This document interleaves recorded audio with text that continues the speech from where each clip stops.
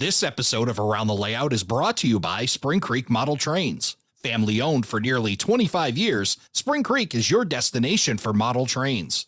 Check out springcreekmodeltrains.com for a wide variety of offerings from today's top manufacturers and exclusive products found nowhere else. Whether in Deschler, Nebraska, or at a train show near you, stop in and say wow.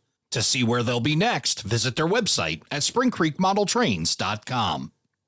It's time for you to submit your answer for the question of the month, our new feature where you get to be heard on Around the Layout. Our question this month: what is the number one factor you consider when purchasing a locomotive?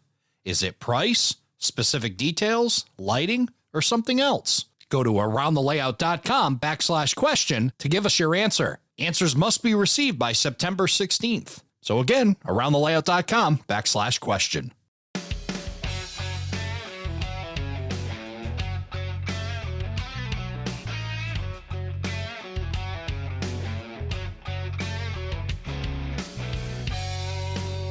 Hello, everybody, and welcome to Around the Layout, where model railroaders come to tell their story.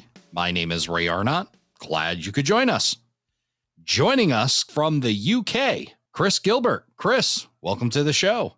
Hello, how are you? I'm doing fantastic. It's great to connect with you, coming across to us from over the big pond.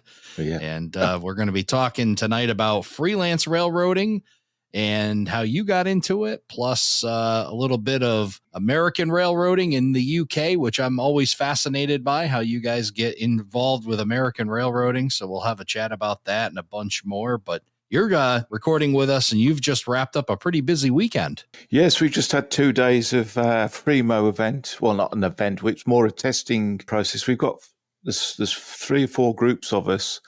We've got various modules that we've kind of come up with a standard. It's not the same standards as you guys have got over there. We have to do everything slightly smaller. But we've got this module. So we've got Emery's the module that I've got, Emery and Rockwood, forming it into a return loop. And it runs through a corridor from one hall into the next hall. Through the corridor, it's 44 feet long between the 2 halls. Yeah, so we've basically been testing that, trying to prove that we can actually run long trains. Because what we've always done in the UK is have switching. We've run local trains, and we've kind of gone from little module to little module to little module, and we've done a lot of switching. Whereas we've not run unit trains. It's never been just watching a long unit. And everybody's gone, oh, that'd be a great idea, but we've never actually done it. So we've proved this weekend that we can get this return loop done. So we haven't got to run round or swap engines or anything like that. We can run it straight through. It's still not massive long trains, but we're getting there. But yeah, so it worked. It's all got detection on it. It's got working colour light signals. It's dispatcher controlled. It's a big project, and it's also quite complicated because every module has to have your detection on it, your decoders for the signals. So yeah, there's a lot of scratching of heads at times, a lot of burnt fingers with a soldering iron. So, well, I imagine it is, and I have a fascination as well. I mean, especially lately for Fremo railroading, and I've seen in person some N scale ones, and then some HO ones, obviously, when we go to Amherst in Springfield, and then they just did that massive one out in Evanston with N scale out in Evanston, Wyoming, and it's got to be, incredibly cool to run on a layout that big. But my mind is blown by the logistics, like you talk about, to make sure that everybody is coordinated. How do you overcome that? Well, we work on a rail height of 45 inches, 18-inch boards. As long as that's done, that's all you need. 18-inch for a single track or 20 inches for a double track. So the double track, obviously 2-inch spacings. As long as you've got those boards, we don't worry too much about the scenery, or it hasn't got to be all blended in together. So you've just got those standards to start with, but now we've kind of moved on this level with the detection. That's a learning curve. That's a steep learning curve. We ended up with 2 auto reversers back to back on this because we couldn't. The Y junction that I've got has already got an auto reverser on it. So I was thinking it'd be quite simple just to bring a loop round and use that auto. But no, you have to have another auto. And then there's picking up the detection on the auto because the detection's picking up from one rail. But of course, if it flips the current, that it's not detect. So yeah, it's been there's a lot of money being spent on it. I can imagine. Yeah. And time spent. And yeah, I would imagine so. And it's also the fact that you are, if we'd have done it to start with, if we'd have looked at it and said, right, we're going to have signaling and detection when we built the modules, but we're having to kind of backdate these modules or re-engineer these modules that have already been built into, so that's quite, I think I spent last year, probably 10 weekends trying to get my module up and running. And there's still two boards that still aren't done properly. But yeah, but you have to walk away from it because it is too intense at times. And then what you'll get is you'll have everything up and working, and then somebody will put the wrong stock on, or they'll put something on when it shouldn't do, and it trips everything. And then you'll get all the decoders will need reprogramming. If you've got, on my module, I think I've got 1, 2, 3. I've probably got about 30 signals, and each one of those has got a decoder on. So once they've tripped, you've got to reprogram it. It's with hindsight, we wouldn't have done it. Hindsight is always 2020, but or at least planned ahead, right? Know that where you are heading, but I'm sure it's not easy to figure out right in the beginning exactly what you're going to want to do with all of this. And I'm sure it's also contingent on the number of people you have participating and the time that you have and all of those factors. How many total people are part of this Fremo group? This weekend, we had 10 of us. We probably get about 20, 25 kicking around. We used to have a meeting at about an hour away from me, and there'd be 10 of us, 10, 12 of us there each weekend. Well, we'd have 4 weekends a year, and that was a hall was 50 foot by 50 foot. That was a nice setup. Again, it started small and you just grew, and somebody goes, "Oh, I know what we could do with a curve there, and we could put that module there." And I know, well, I'll build that. And you come back and, well, we could do this and this, and and it just grows and grows and grows. There's no master plan to start with. It's just like Topsy. It just keeps growing and getting. And then some things you'll try and they won't work. I've built several modules that have just literally, that's not done it. That's not, put it away. It's scrap it, start again. But you've got to go down that road. You've got to do that. I found that all the way through. If I don't make the mistakes, I'm not learning from them. How many modules are you providing to the group? There's 3 of us up here, local to here, and I've got Emery, Rockwood. I've now got another 2 straight boards, and then there's the 45 feet, 46 feet of track in the corridor. So it takes, I've got a Range Rovers, we've got an estate car, 2 estate cars. So there's 3 trips of each car backwards from the lockup. We keep it in one of my works lockups. We have to bring it all up. It takes 3 cars, 3 trips to bring it all up, get it all set up. The hardest part, the bit that really gets me, is the legs. It's having the legs. I love them, but there are hundreds and hundreds of these bloody legs. They are that is the bugbear, because but I've come up with an ingenious. I think it's ingenious. I would where you actually, because you'll have the feet adjustable at the very bottom. Well, you have to get down on the floor to adjust them. It's all right getting down. It's getting back up, isn't it? That's the problem. So, I've come up with this where you adjust it from the. Literally, you put the leg there and you raise the module or the baseboard up on the leg, and that's saved a little bit of backache. But I don't know about you, Chris, but every year I get older, the ground gets farther and farther away. It's just a longer trip downwards. So yeah, I get where you're coming from. Yeah, I would call that ingenious. That's excellent, and definitely easier on the back and easier on the knees and everything else. So, and I'm sure it goes a lot faster setting it up when you don't have to keep going up and down. Yeah. It's also, you look at it and you think, do I really need to go down there? Yeah. Is somebody else could do it, but yeah. I said it the other last time I was working on my layout, I had to get back behind it and I climbed underneath it and I said, I really need a very short model railroading buddy. Like I just got to find somebody that's like just barely over 5 foot, who I can get along with well and have him come over and help me out with the layout. He can, I'll reach all the high stuff and he can go all underneath and do all the small stuff underneath. We make a great partnership, but I haven't quite met that. Everybody is of average or maybe even more size than me. So nonetheless, it's really neat. And again, this Fremo idea, and I just think it's absolutely fantastic. And the ability to do it. But I imagine another challenge as well is, having opportunities to set it up. And you showed me the building that you were in this past weekend, which is really cool. How many times do you get a chance to operate it in a year?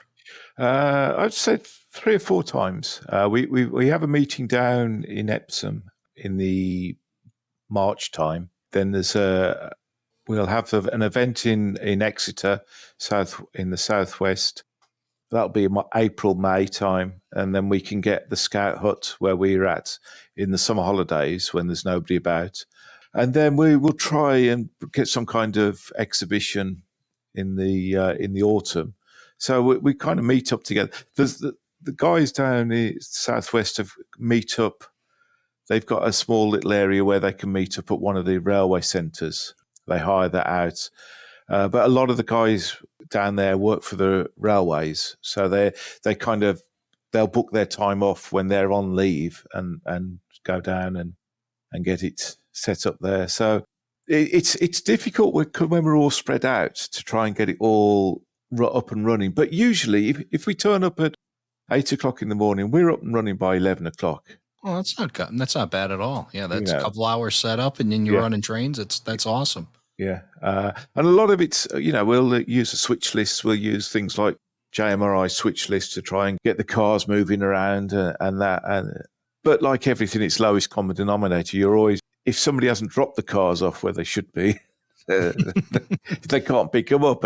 And they'll come back. Chris, this car isn't in where it should be. Well, hold on. Yeah. What am I supposed to do? The bloody...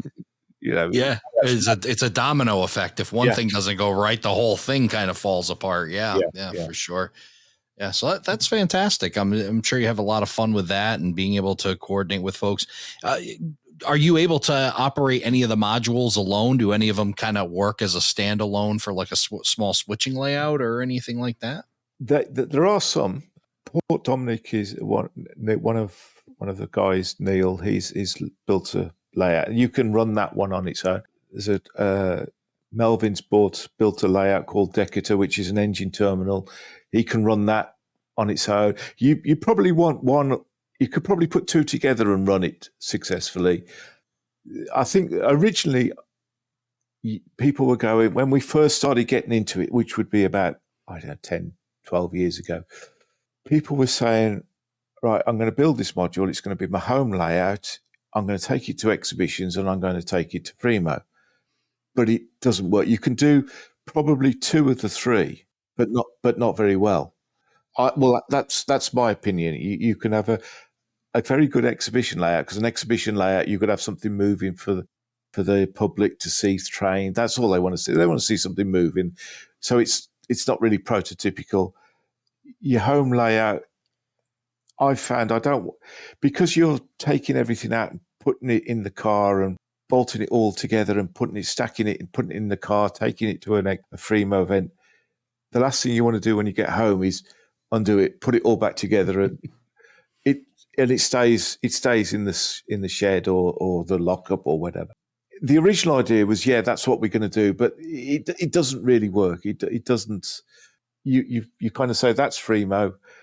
This is the exhibition project that I'm building, and this is the home layout. You can't really. You could set them up and have a little, an industry with a a little yard and you can do a little, but it doesn't really work. It doesn't, It doesn't translate over well, I guess. Yeah. Yeah. So I can kind of see that. It'd just be, I look at it as, opportunities to use it more. And, it must be make you itch to really get back and have yet another free Mo event for sure. But, in the interim, you do have your home layout. And that's what we've come to talk about as well, is the Brownville and Ashland, which is your freelance railroad. And a lot of questions that surround it, because again, I talk about, one is a fascination for two things that I have. One is freelance railroads. I think, in the time that I've been running the podcast, learned so much about freelance and the world of freelance, and you got a unique story of your own. And then on top of that, you live in the UK and you're modeling an American railroad. So I'm really curious. We'll talk about that first. Talk a little bit about how you got started in the hobby and how this kind of led to an American railroad. Well, I've been in the hobby, I think, like everybody. If you're in it this long, you've been from day one, haven't you? Mom and Dad would take us. We'd go and see the railway. We'd see the trains. I remember having Hornby Triang trains when I was a kid, little, and then as you kind of move on, we had Airfix, and then we had Mainline, and you had all the British stuff, but it didn't run very well. It didn't. It was terrible. And I wife had been in and out of hospital with while she was pregnant with our twins, and I saw a model railroader in the local newsagents. I thought, it's got an EWS, and there were two Wisconsin Central SD45s on there. Oh, that looks it. I'll read that.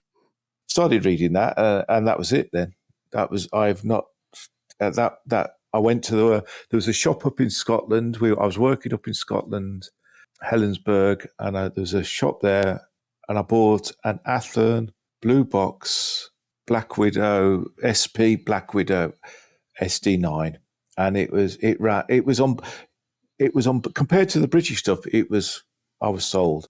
The next model I bought was a Kato GP35, and that was the next level up for running.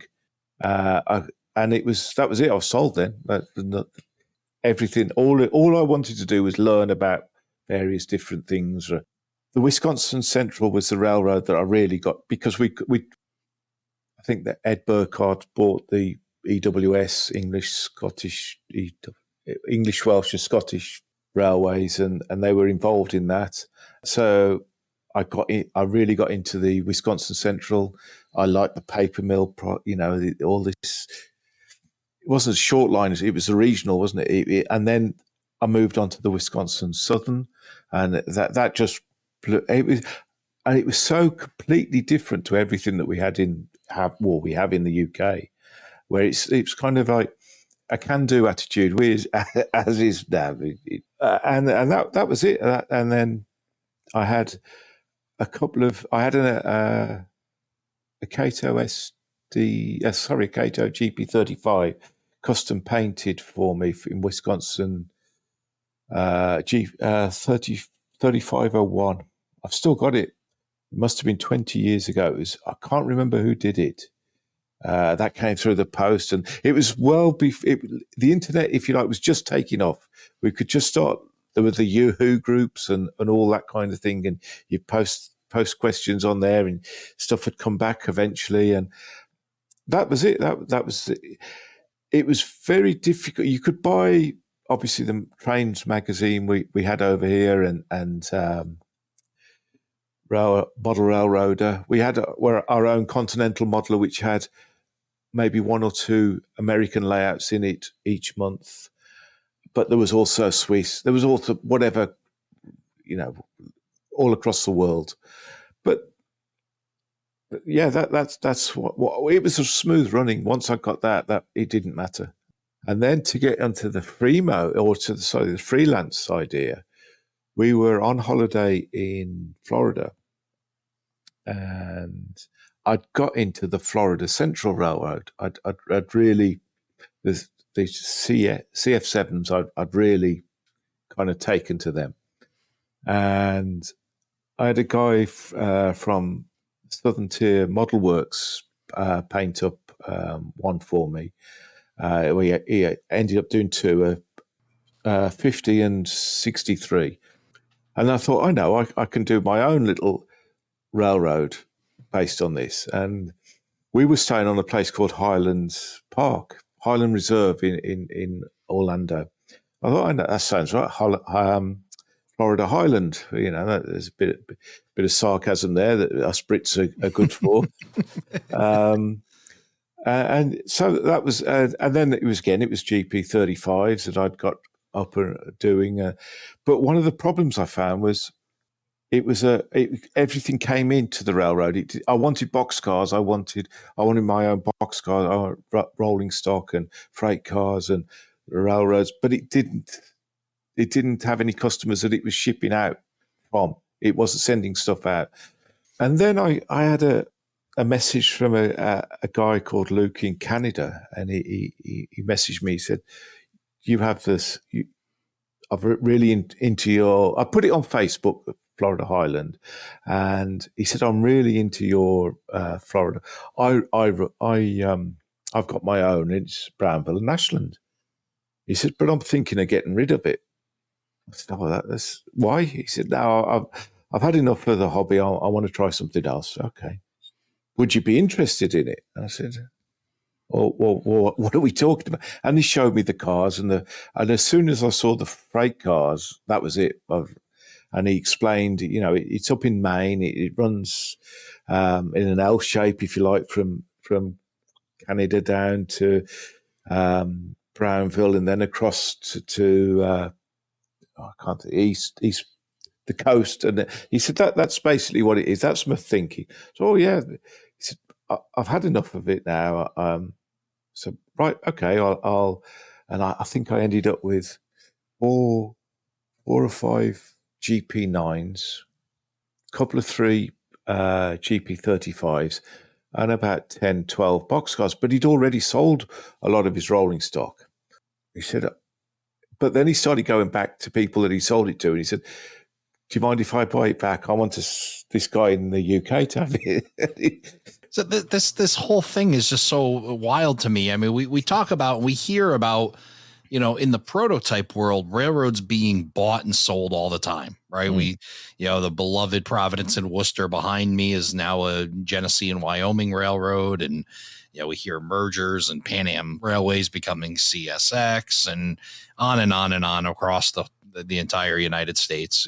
Railroads bought and sold and renamed and repainted and everything else. But this is a case where a freelance railroad is being sold. And it fascinates me that, somebody had created this Brownville and Ashland, and then, it's basically you're buying the whole freelance railroad from them. It's pretty wild. Yeah. So Luke had got his ideas of how he wanted it. But I wanted it. I needed the backstory I needed to fill the backstory in for myself. So we're going through it. I'm going through, right, okay, if I have it so it's taken over the Bangor and Aristook lines, and it's that part of that history didn't happen as soon as we took it over. So I could then start using those lines as the Brownville and Ashland lines. Then I started messing around with logos, because Luke had done quite a bit of work. He'd got they looked like ex-Sioux logos. So then we kind of went to the red Sioux livery, and then the Canadian Pacific livery. I wanted to try something else, so I'd been drawing. I'd sketched the B and the A, and I remember reading something about the pine tree. The logo on the front of the Wisconsin Centrals was a pine tree, but they put it on upside down. When it went, when the GP40s had gone in, I'd read somewhere that they'd drawn it up and it was going to be a pine tree. And I thought, I know, we're in Maine. We put pine. We could put a pine between it. And I'd been talking to Stephen at Smokebox Graphics, and we'd been messaging backwards and forwards, and he painted up a couple of Pan Am units for me. He deckled some of those and painted and repainted. So I've got a Smurf one, a Guildford one, and a Pan Am one. Right. And I said, he said that he was a graphic designer and everything. I said, well, I've got this B&A, and I've got this pointer, and it was a rough drawing. It was, it was on the back of a stamp. It was a terrible drawing. Emailed it. And he came back, and this was the logo that we've got now. That's on the large logo, if you like, and that's kind of then reinvigorated the whole thing again. We've now got freight cars in the livery. We've got grey ones. We've got red ones. We've got locos in the livery. We've got in the red with the white. We've got white with the red. There's so much more choice, and yeah, it's we can play around with it, or I'm playing around with it. And it was the logo itself. I looked at the Vermont Railroad's logo with the with the way they'd done it, and I thought, we can get this pine tree in there. Said, put all these ideas across to Stephen. Yep, that's fine. We can do that. I was in France on holiday at the time when we messaging him, and he came back. What about that? And we got some printed up. Yeah, they was really cool looking cars and logos. It definitely fits. I mean, if you talk about Maine and, starting to build the plausible part of your story that, puts it on Maine railroad lines like the Maine Central, it's pretty tying into all of that. Once you see the pine tree, it becomes like quintessential Maine, right? Yeah, it tells you where it's at. Where it is, yeah. But and that, yeah, so that's where my main interest has been paper mill traffic. I've boxcars, tank cars, hopper. That's my main interest. So because the Brownville and Ashland, I'm imagining that the internet didn't devastate the print industry as much as it had done. So there's still a lot of paper being produced. That's in my alternative world.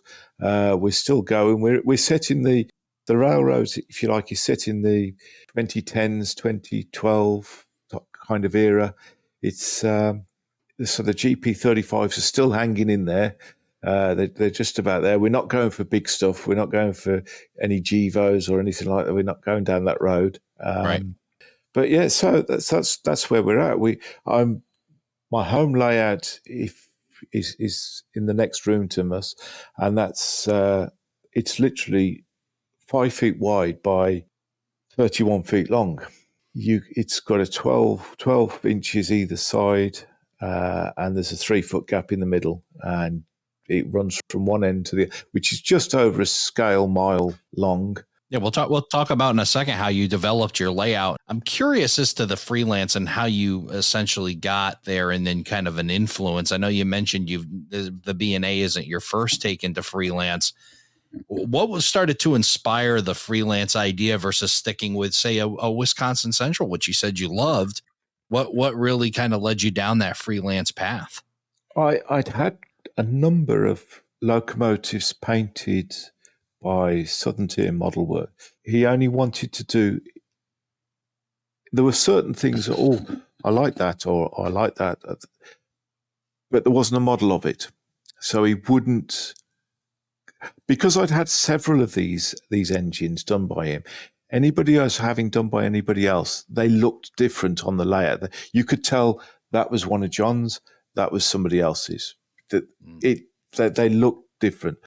So, right, okay. So how are we going to get around the fact that I want one of these, but John won't model it because it's not realistic? Let's use the freelance. Let's and that was all of a sudden he enjoyed that idea because he could get away with stuff that people weren't going to criticize. Oh, that's not right. You've not got the rights. So all of a sudden you've got that criticism has gone away because it is what it is. Nobody can say that never happened because it never happened. So and that was the main reason, was the fact that people go, oh, well, that didn't run with that, and that didn't. You get that a lot especially with exhibitions in the UK.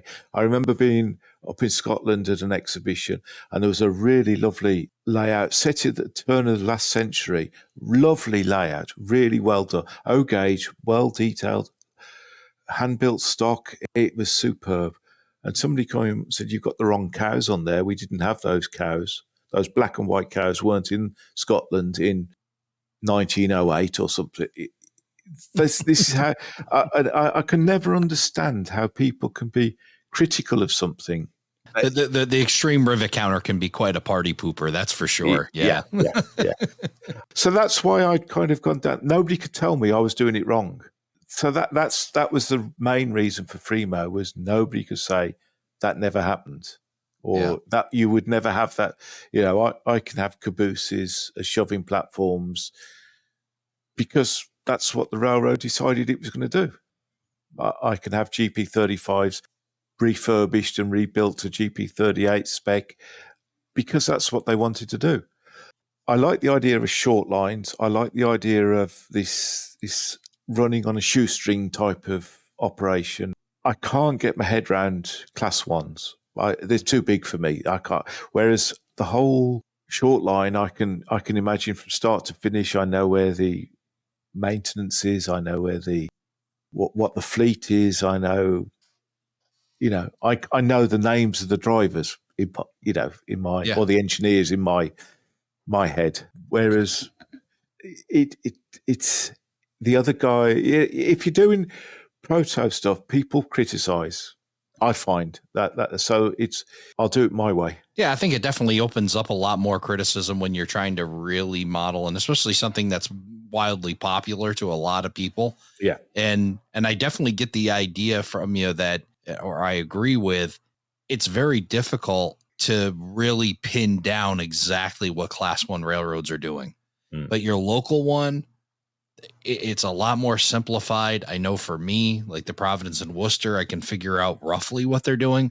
So not to say I figured the whole thing out, because it seems every time you go trackside, they're doing something just a little different, or you see something a little different. So there's always some inside baseball stuff that you don't get, but certainly easier to figure out than a massive network of railroad that, you really got to have an idea of the bigger picture and a mass picture.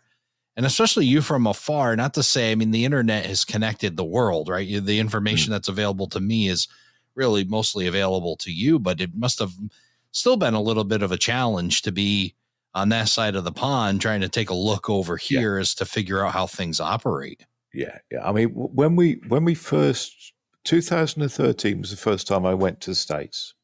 I've only been twice, in 2013, 2015. And I remember we were going, we were going on some boat across the glade, something to do with gators and stuff. I wasn't really into it, but that's what we were. Sounds like you were in the Everglades somewhere, looking at alligators. Yeah, that's it. We drove past, and I said, "Oh, look, there's a spur down there." And I remember looking at this. There was a covered hopper, and I remember just looking and looking and looking up and up and up and up. I think I just couldn't believe how big these things. How big everything was. Obviously, in HO, it's tiny. Yeah. And you model. HO is 3.5 millimeters to the foot, where double O is 4 millimeters. So our double O, even though it looks the same size as your H or the HO, so, but it's not. It's an eighth. It's an eighth smaller. But you don't realize that until you actually stand by a freight car and see how big it is. And that's a bit that blew me. Was I didn't realize how big everything was. That was, and I will search through railpix.net or whatever, and I'll pick out, I like that scene. I wonder if I could have a go at modeling that. And then I'll start moving down that road and finding more about that. Oh, that's nice. That looks a nice picture. And right, let's see if I can model that. And then I'll try and understand as much as I can about that railroad and what's happening about there. There's one about a peanut plant that I kind of got into wildgrass and something about a couple of years ago, and I really got into but again, it's that modelling of you've got to have the right locos, you've got to have, oh, well, that's not quite right. It didn't have those steps, it didn't have this, where it doesn't matter with freelance. You can, okay, it doesn't, that's what it is. We've had that changed at the shops. That's what I guess fascinates me. And for the multitude of things that you've described that freelance provides you, one for me is, I'm a closet graphic design kind of hack, I guess. And, to be able to design your own logo, to design your own paint schemes, even if you're working with somebody, just the enjoyment of being able to do that, I think is pretty wild. And then you get to, I guess, in sense, pick a place anywhere on the world that you want to, whatever environment, and then be able to design something and bring in all the things you love. And it doesn't have to be captive to the area you pick. I mean, obviously you're in Maine, you talk about paper. That's obviously a big Maine thing, the paper industry that was in Maine, but if you wanted to tack something else in that's relatively plausible, you can do it. You have that freedom. And I think that's what really fascinates me about freelance. Yeah. Well, I've got several of those BLMA reefers, the big, and last year they started running a couple of trains of potatoes again okay, I can do that. We can have that site. So we had a few trains running of potatoes on Brownville and Ashland. Yeah, that was yeah, you're right. You can go in and do anything you want. I've got several Rapido passenger cars. I get a GP9 painted up in green, like the Green Mountain. Mm-hmm. Yeah, we can have that. You can do whatever you want, and nobody could say, "Well, that never happened." And not that it should be bothering me, but it does. It's hard. I mean, you want something plausible, but I think sometimes it's best even for us to be a little bit plausible, right? When you truly believe your own story, when you can, articulate your story well, because it's one that you truly believe in and believe it could happen. I think that there's something to be said for that, for sure. So let's talk about your layout a bit. And one of the things we hear many of times is that when you live in the United Kingdom, space is a factor. It's not the big homes that we have here, and there's some challenges there. So talk a little bit about that as you start to design a track plan around the Brownville and Ashland and the space that you have available to you. Well, originally I had it out we had a garden office, garden shed, for want of a better word. And it was 8 feet by 10 foot. And I've designed this little interchange the old line came in, and then this paper mill came round. And it was literally 3 tracks. And then I just started to get frustrated. This is too small. This is too. I was running 3-4 wagons at 3 or 4 cars at a time, and it just got frustrating. I walked down the side of the house, and there's a space literally between us and next door's fence. There's 5 feet between our fence, or the fence, and the side of the house. Right, let's put a lean-to along there. It's 31 feet, 5 feet. Insulated it all out, put the roof in, put electrics in, got it all plasterboarded out, and we put the layout in there. You have to accept that I'm not going to have unit trains. I'm not going to have long trains running. I have to accept it's going to be switching. I've got a yard that's 12, 13 feet long on one side.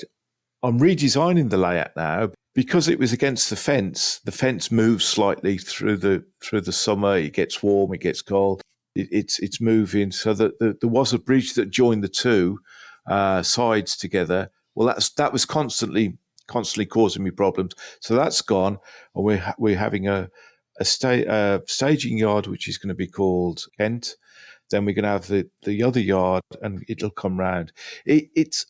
I like shuffling cars around. That's my bit. I like to go in there, maybe an hour's just moving a few cars around, getting right. Well, we'll take those 6 and we'll move them over there. I can do that once or twice a week, maybe a bit longer, and that's it. I'm happy. I'm done. I've moved on.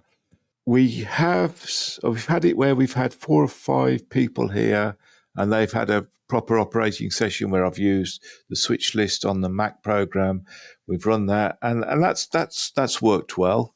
But again, it is you are constricted to space, which is why the Fremo idea is quite popular now. It's taking off because we can all put together and run better trains. But my home layout, I say it's 31 feet, and I can have an operating session that will last 2-3 of us for 2 hours easily, no problem at all. Yeah, and I think that's great. I mean, it's very similar to what I have. I don't have a massive layout, but I can keep guys, a group of 3 busy for a while, and sounds like the same for you. And I'm sure it makes it to be a very manageable operating session too. Yeah, it doesn't. Obviously, you're not spent hours cleaning the track. That's another good thing between the British and the American. Going back to that, the Cato 35 will run whether I've cleaned the track or not. They just run so well. So it's saged up. I've got probably in the region of 120, 130 boxcars. The layout will hold probably 35, 40 at sort of push. So I can basically, that the train will come in, I'll rotate the cars while they're switching something over. I'll restage cars for them for the next setup, the next train. Yeah, it's an interesting setup. It's an interesting operation. Again, it's that short line one. And then when we do get, can I run this? Can I run that? It doesn't matter. We can, well, can we try this operation? I did base it originally on a place in Bakersfield in Pennsylvania. And I think that's how you pronounce it. And it got a Dr. Pepper silo on the industry. And it would have a load of syrup cars. And that was fun to operate. But now we're going full Maine. We're going full, we're going full paper industry. So you've taken the Brownville and Ashland, you've from a freelance railroad that you in sense purchased, you've created a new logo, a new look, a new feel for the area, some new lines. So as you've developed this entire story, why don't you tell us about the Brownville and Ashland as it sits today, and what is the purpose of that railroad? Well, in my mind, it took over the old Bangor and Aroostook. It runs from Maine. It runs from the top. It starts from Canada all the way down to Brownville, and then across, and then into Vermont. So that Canadian Pacific line that went to the Central Maine and Quebec line, it runs right the way across that line. So we have the big power, if you like, is down there. The bit I model is at the top of Maine. So we've only got the 4-axle stuff, but you can still have that. You could still have SD40s turning up there, so.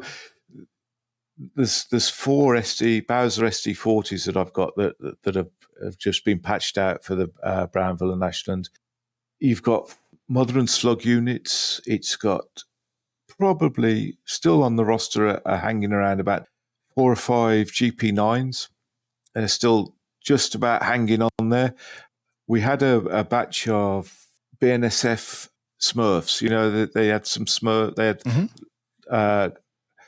Those have come up there. We've got those. I don't know why you need air conditioning units, but they've still got air conditioning units. It can get warm in Maine every once in a while, so it's nice to have AC. Yeah. Those are probably at the moment. Those are Atlas GP38s. Those are probably my favourite locos at the moment. They're in this. They were done by a guy called Dan Spalding, who's in the UK. And he's done a absolute stunning job of these 3 locos. but because they're such a different color to the others, because they're blue and these are the rest of the railroad is red and white. You're not noticing that they're done by two different guys. They're stunning logos. We've got a load of boxcars. We've had a load of boxcars refurbished. They were getting a bit tatty. The seals, they were a bit leaking. We didn't want the paper getting wet, the finished product getting wet. So we've had them all resealed, refurbished. We've had quite a few of them have been repainted into the new grey and red livery in the paint scheme. We've got the GP. We've got a couple of cut down short nose GP9s, which were painted white, which was a bit of a mistake because obviously when it snows you can't actually see them. So that was they decided that was a bad mistake, so we've kind of gone for the red ends and what have you. Yeah, that's where we've got. We haul a bit of steel and oil train, crude oil down south, but you don't see that up at where I model. Yeah, that's where we're at. I'm imagining that the Via Rail still run the Atlantic along the line. It wasn't abandoned, so that still runs on Brownville and Ashland track.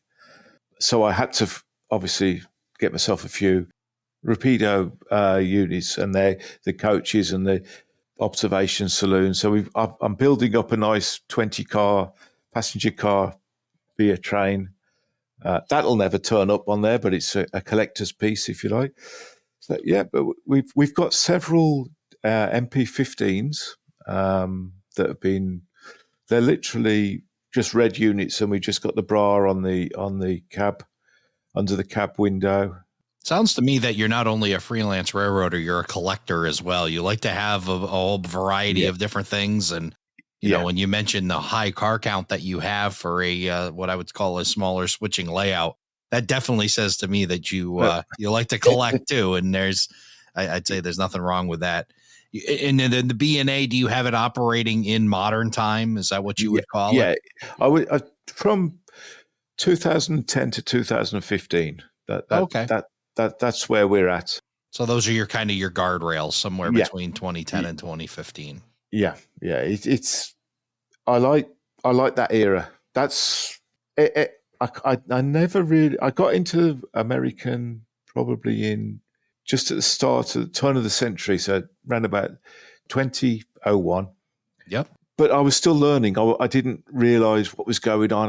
There was a lot of stuff that I didn't understand, and then there's that kind of, for me, once the stripes were on the freight cars and the reflective stripes, and you've got that kind of was the 40-foot box cars have disappeared.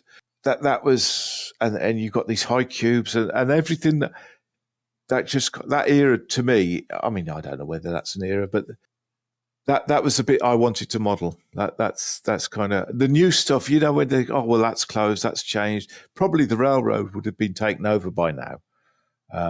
It would have probably been orange by now. Yeah, I think you've hinted a few times in your group some light jokes about it becoming a Genesee and Wyoming railroad. But one thing I caught in all of that, of course, is that, you know, big paper moving, and nothing moves paper better than a 50-foot high cube. And as far as this guy's concerned, there's nothing better car than a 50-foot high cube. Yeah. And you've got several, including ones that are now sold out from home shops. Talk about that process of working with Chris Palmieri on that 50-foot high cube that hopefully they'll do a second run at some point. Hint, hint, Chris, because I didn't get one. So, let's talk about that process of getting a home shop's car made. Yeah, well, Chris contacted me, I would say it's got to be 18 months ago now. I just email out to the blue, would I be interested? He thinks it would be a good logo, good idea for a car. And so I was away on holiday at the time, and I was just sitting on the laptop, came up with a few designs. I'd got the logo that had been developed. I'd had a couple of 3 grey cars already done, and a couple of red cars done with the white logo. And Chris said, right, this is a drawing. come up with some artwork, come up with how you want it looking. So I did some blue, I did red, and I did grey. We decided we could have had the boxcars where posts came up and down, or they were in squares, but we decided the post ones were the better ones. And it took me about 2 weeks to come up with the thing. Sent it to Chris. Yep, I love that. And that was it. It was a very quick, a very simple job. And I got Chris to do me an extra 50 unnumbered cars. There's a friend of mine in Illinois who's got 20 of them. I've got 20 of them, and the rest have gone to other members, really, of the Primo group. We're all having them numbered up differently, so it won't affect the switching program. But as I had the numbers were done after my wife's date of birth, my twin boys, and my daughter's date of birth. But I also wanted the other ones, which is why Chris said we're only going to do a run of 50 cars, 50 cars in each number. We don't know how they're going to sell. They went very quickly by the sound of things. Yeah, congratulations. It looks like you were the first one to sell all 3 of your cars out. These are the Prairie Shadows Trinity 50-foot high cube box cars that Chris ran. There's some other road names still available, the Michigan Interstate and the MD Rail, but the B&A is all sold out. I clicked it as many times as I could, and it didn't change anything. They're still sold out, but a fantastic looking car, gray body, as Chris mentioned, with the red and black logo. Just a really sharp looking car, and I can see why it was the first one sold out. It's unique. It definitely would stand out on a railroad, and again, great for moving paper or a bunch of other different commodities, but fitting for your B&A. So congratulations on that, and hopefully that's just the beginning of things with that B&A logo on Home Shop's cars, because I think it's a good one. You've done an excellent job creating the story of the Brownville and Ashland. Yeah. Well, it's got its own Facebook page, the railroad, and I know I get a lot of people messaging me. Are you selling anything? Where can I get the decals? Can I, so I knew it was gonna sell well, and I did a bit of advertising or promoting it on the page. I had a guy message me a couple of days ago from Texas saying, I want one. They've all gone. Where can I? A bit like you. I want one. But hopefully Chris will do another run, or he can arrange another run, or there'll be another different car. But no, it's a really nice looking car, and a great quality car too. That's one thing Chris does very well. He picks great partners to work with, and Prairie Shadows on this Trinity car did an excellent job. Very high quality car. So excellent work by you both you and Chris to coordinate to get this project going, and look forward to seeing what happens in the future. And as far as your Facebook page and all the links, we'll make sure that we share that along with pictures and all the information on your layout as well. That'll be on our website, aroundthelayout.com/118. Chris, I want to thank you so much for joining me here on Around the Layout and sharing the story of the Brownville and Ashland, and spending some time with me after a very busy weekend for you with all the Fremo work. I'm sure that you're ready to put your feet up and relax and, get trains off your mind. But thanks again for spending some time with us today. No, it's been great talking to you, Ray. Great talking to you. Thank you for joining us for this episode of Around the Layout. Learn more about today's episode, check out past shows, and much more on our website, aroundthelayout.com. Show your support by becoming an operating crew member at aroundthelayout.com/crew. Follow us on social media, aroundthelayout.com/social. And send us your feedback, aroundthelayout@gmail.com. Thanks for hanging out with us around the layout.